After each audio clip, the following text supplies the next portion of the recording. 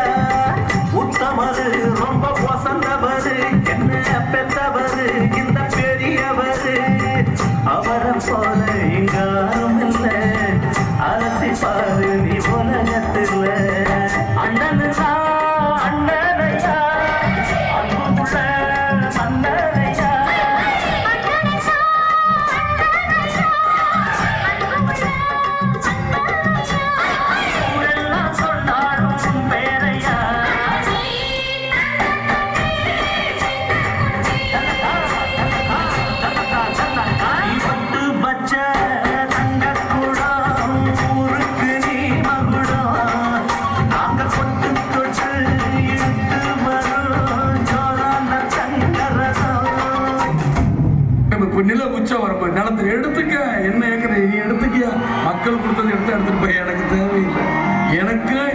எனக்குன்னு ஒரு ஏதோ ஒரு இடம் கொடுப்பீங்களா, அது இருக்குல்ல. என் மனைவிக்குன்னு ஒரு இடம் இருக்குன்னு உங்க சட்டத்தில் இடம் இருக்குல்ல. என் பிள்ளைக்குன்னு இத்தனை இருக்கணும்னு இருக்குல்ல, அது கிடைச்சா எனக்கு போதும். இவ்வளவு பேர் இருக்கு. இந்த 4 பேர் வந்தா ஒரு நேரம் சோறு போட மாட்டீங்க.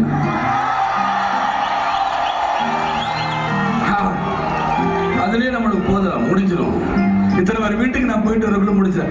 என்னையா காசு காசு காசு பணம் என்னையா கோடி கோடியா சேர்த்து வச்சு எங்கயா கொண்டு போக போறீங்க? காசு கிடையாது, ஒண்ணு கிடையாது. தோல்வி அவங்களுக்கு தான் தவிர ஒரு மனுஷன் பெரிய பொழுது அவன் தாய் எழுத அவன் நல்ல மகன், அவனுடைய பிள்ளைங்க எழுத அவன் நல்ல தகப்பன், அவன் ஒரு நல்ல தலைவர். உனக்காக இந்த நாய் அழுதப்பா.